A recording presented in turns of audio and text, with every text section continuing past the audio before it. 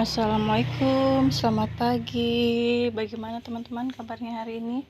Semoga teman-teman semua diberi kesehatan dan rezeki yang melimpah dimanapun kalian berada. Sudah berapa hari ini ya saya tidak upload video.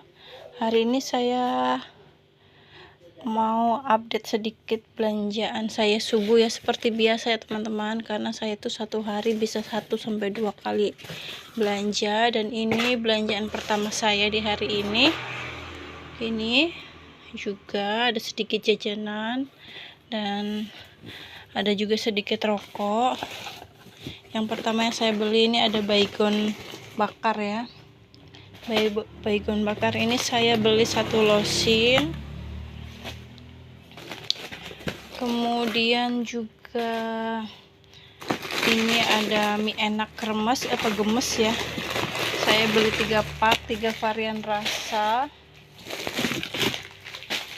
Dan di sini juga ada go potato, saya beli 2 pak, 2 rasa.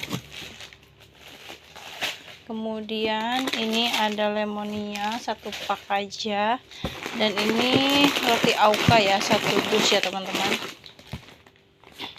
Campur nih ya, roti aukanya 1 dus. Dan untuk jajanan di sini ada nyam-nyam 1 pak. Kemudian juga ada Yupi. Yupi ini saya beli 4 kotak ya teman-teman. Ini Yupi yang saya jual gopean ya. Ini beli 4 pak. Kemudian ada antangin. Antangin ini saya beli 2 kotak. Wajib ada ya. Terus ada coklat cucu 1 pak. Kemudian ada permen lunak buah 1 pak, 1 toples. Dan di sini ada Yeglas 1 kotak. Ada sosis 1 toples. Dan ini untuk rokok ya. Untuk rokoknya ini ada Camel ungu yang isi 16 ini ya.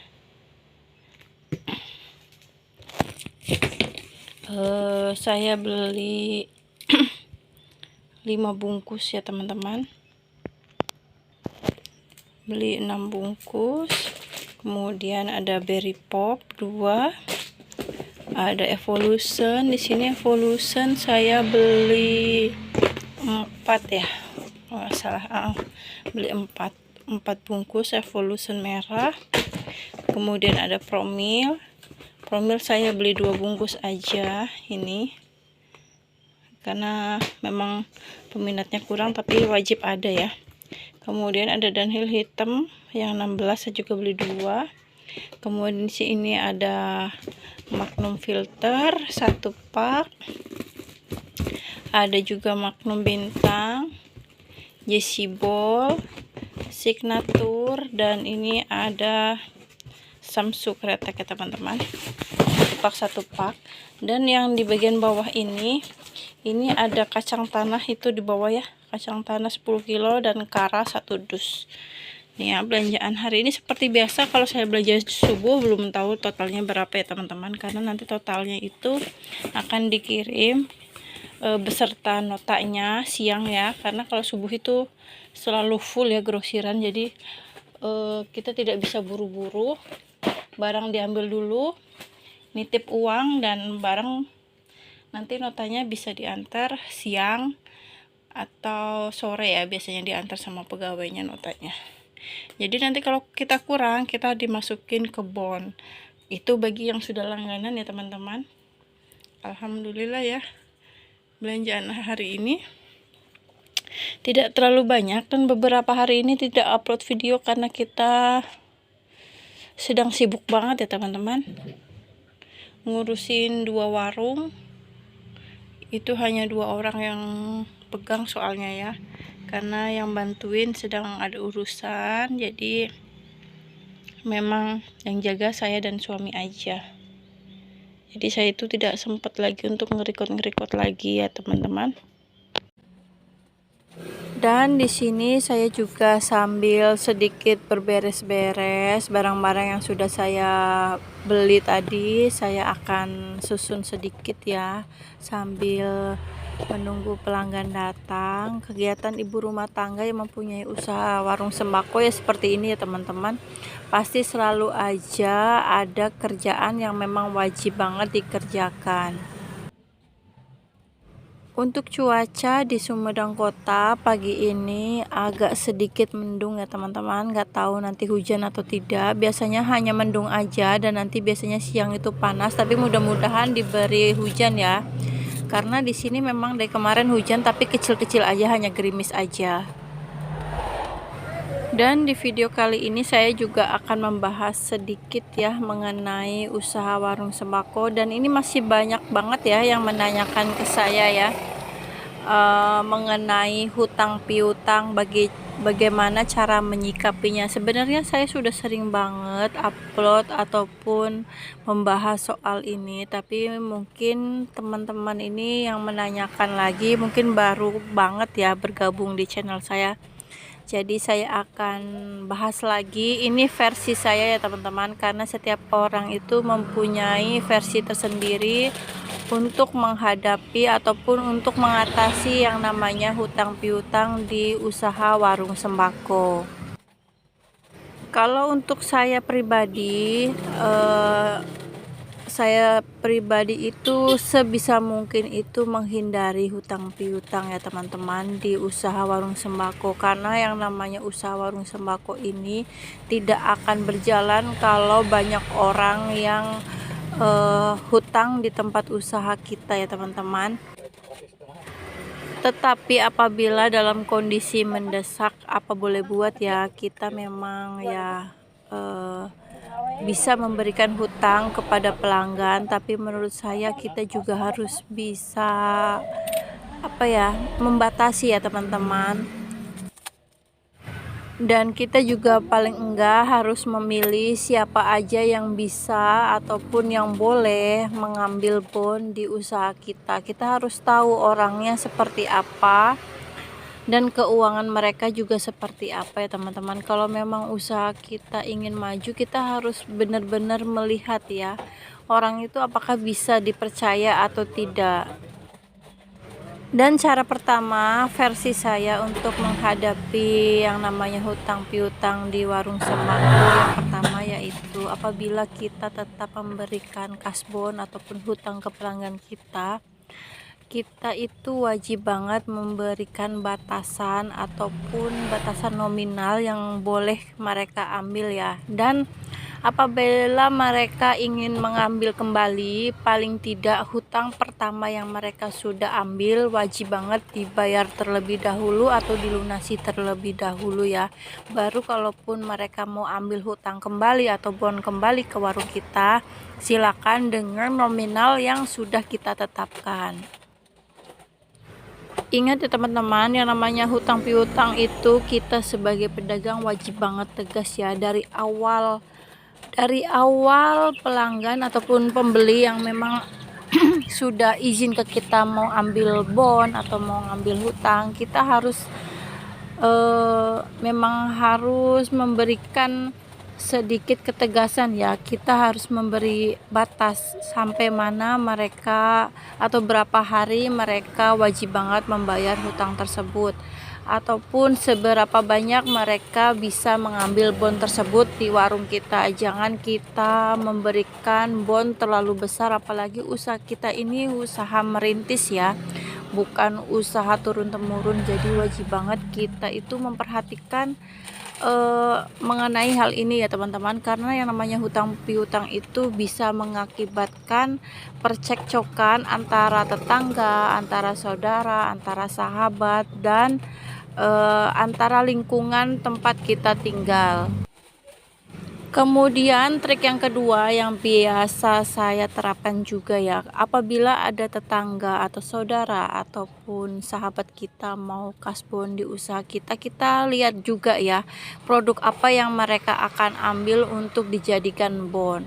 Kalau untuk saya pribadi, contohnya ya seperti rokok itu tidak boleh saya kasih bon ya teman-teman.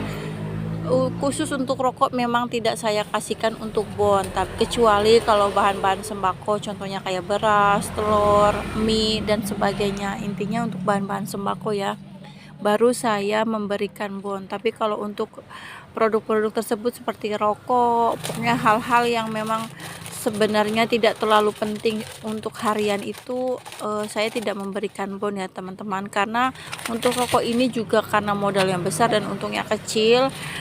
Untuk memutarkan modalnya itu susah banget ya, kecuali kalau sembako itu kan untuk memperpanjang masa hidup kita, untuk memperpanjang masa hidup kita. Maksudnya ini barang-barang yang memang wajib kita kita konsumsi setiap hari ya teman-teman. Jadi ya nggak masalah ya kalau kita memberikan bon ke tetangga ataupun ke pelanggan kita, asalkan yang seperti yang saya sebutkan di awal tadi, kita harus memiliki budget ataupun nominal yang boleh mereka ambil ya, tidak boleh melebihi nominal yang sudah kita tetapkan, karena kita takutnya mereka itu tidak bisa membayar dan makin lama makin bertumpuk. Dan ingat ya teman-teman, harus memberikan jangka berapa waktu atau berapa hari mereka harus bisa bayar hutang tersebut. Masalah hutang piutang di usaha sembako sebenarnya ini sangat sensitif banget ya teman-teman. Kalian pasti yang mempunyai usaha sembako pasti sangat tahu ya sensitifnya. Karena apa? Karena memang yang namanya hutang piutang ini bisa mengakibatkan perang dunia ke-10 mungkin ya, bahasa jeleknya seperti itu. Karena di saat kita nggak memberikan hutang, mereka bisa menjutekin kita. Di saat kita memberikan hutang ke mereka, justru mereka terkadang juga lebih galak dari kita ya. Kita harus bisa memilih konsumen mana yang bisa kita percaya untuk ambil bon ataupun ambil hutang di usaha kita.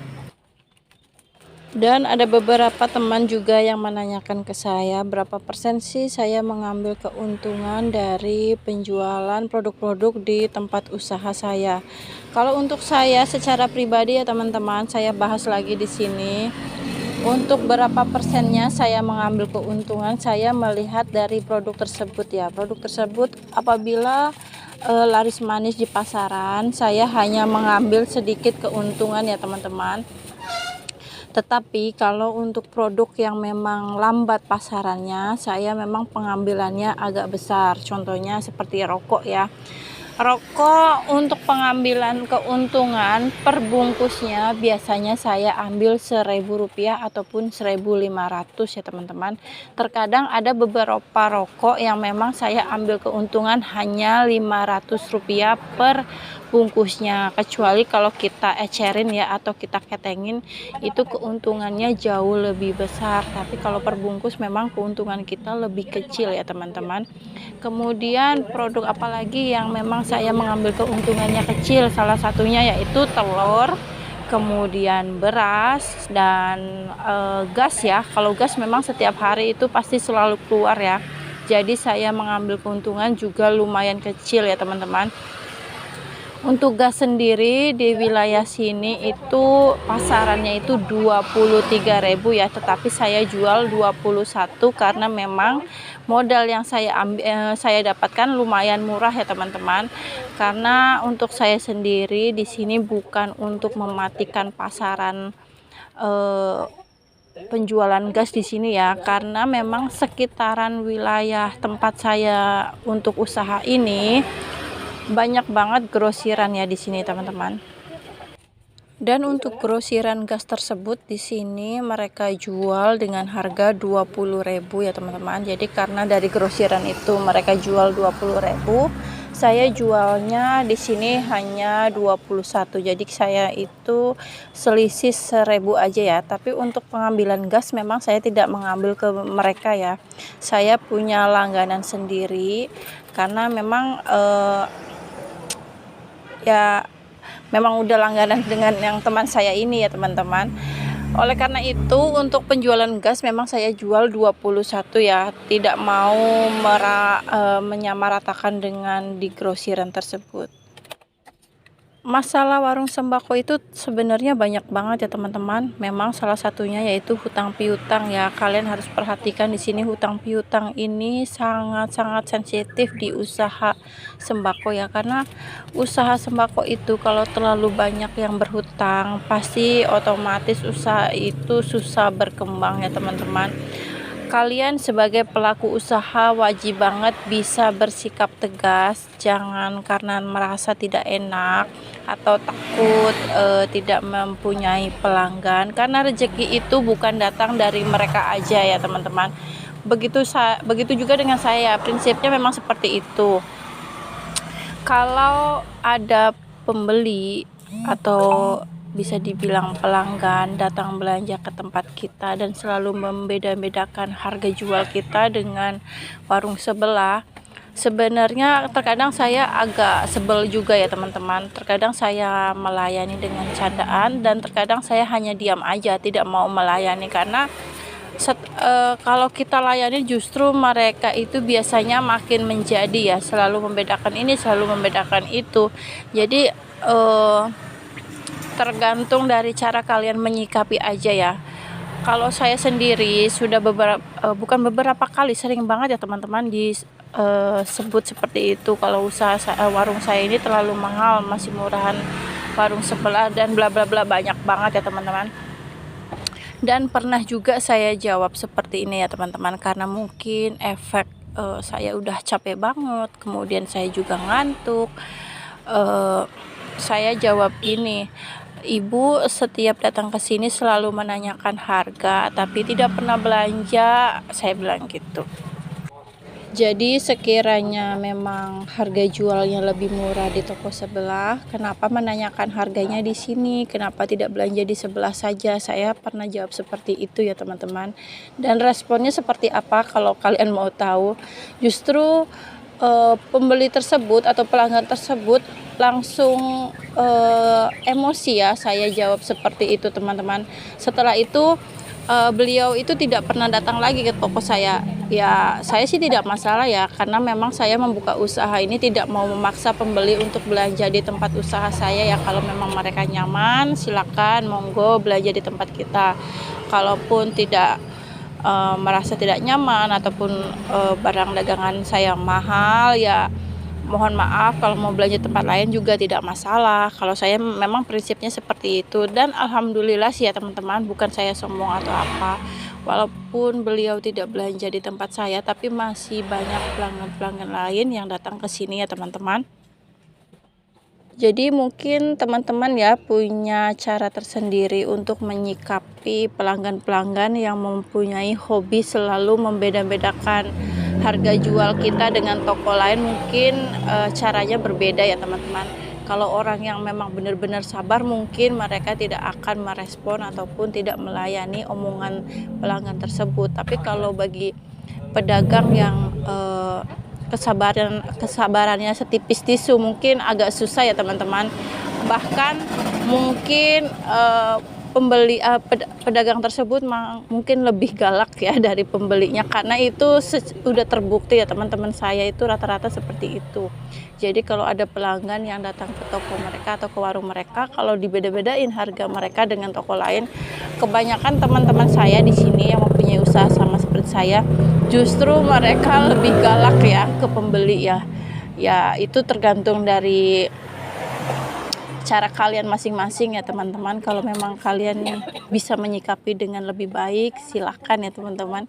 Karena memang sejatinya memang kalau kita selalu dibeda-bedain itu rasanya itu sakit banget ya. Padahal kita sudah berusaha sebaik mungkin untuk memberikan harga yang terbaik, tidak merugikan kita dan tidak merugikan pelanggan. Tapi namanya pelanggan itu selalu aja mencari hal-hal yang memang apa ya, bisa dibilang untuk menjatuhkan kita ataupun ingin mendapatkan harga yang lebih murah dari tempat yang lain. Itulah sedikit sharing-sharing ya teman-teman, bagi teman-teman yang memang masih menanyakan ya bisa nanti saya akan lanjutkan di video selanjutnya ya teman-teman. Untuk video kali ini segini dulu ya, karena ini kayaknya durasinya sudah panjang banget karena saya juga sambil melayani pembeli di sini. Terima kasih ya yang sudah setia menonton video saya dari awal sampai akhir. Sampai ketemu di video-video selanjutnya. Mudah-mudahan video yang saya bagikan kali ini juga bermanfaat untuk kalian, bisa jadi masukan untuk kalian juga, bisa menjadi penyemangat kalian juga. Assalamualaikum warahmatullahi wabarakatuh. Bye bye.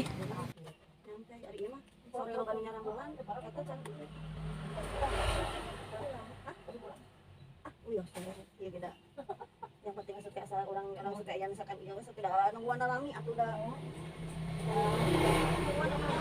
ayah saja ngambil dirinya di jam 4:30. Ada jam 4 itu jam asar kan cina 4:30 oke dah beres jadi 4:30 nanti dah nanti jadinya siraman 4:30 itu beres nah 5 beres orang maghrib ubin jam beres so gitu aku kalau 50 itu harus buru tinggal tipe santai udah maghrib ya maghrib udah pas saya ke nggak salat ada salat pulang saya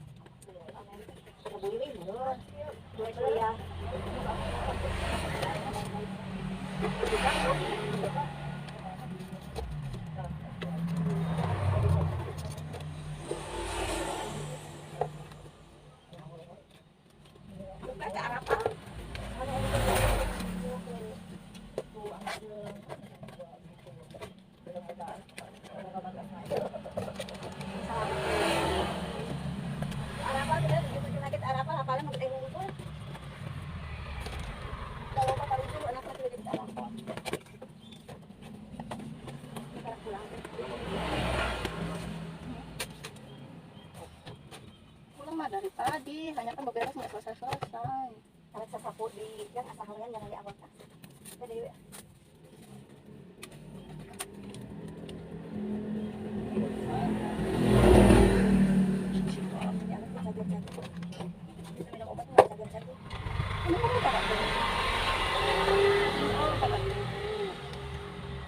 biar waras. Mana hiji Pak di sebungkus. Dari sendok plastik teh. Tadi siapa bapaknya? Aya nu biasa teh sendok plastik aya bebek kumpul. Bebek kumpul adanya mah. Ngali nu bebek pakan gede. Itu kemana? Bisa satuan. Adanya, mau satuan maksudnya ya satuan serebengnya. Serebengan. Mau sapak kan? Tapi serebeng. Serebeng. Tiga aja. Tiga dia rebeng. Tiga aja tuh. Lagi. Udah, tiga aja dari lempengin. Pokoknya gini aja. Ini yang gede. Ada nggak yang gedenya? Jadi nggak punya. Yang panjang loh aya itu gagangan gitu. Ada apa yang kotak?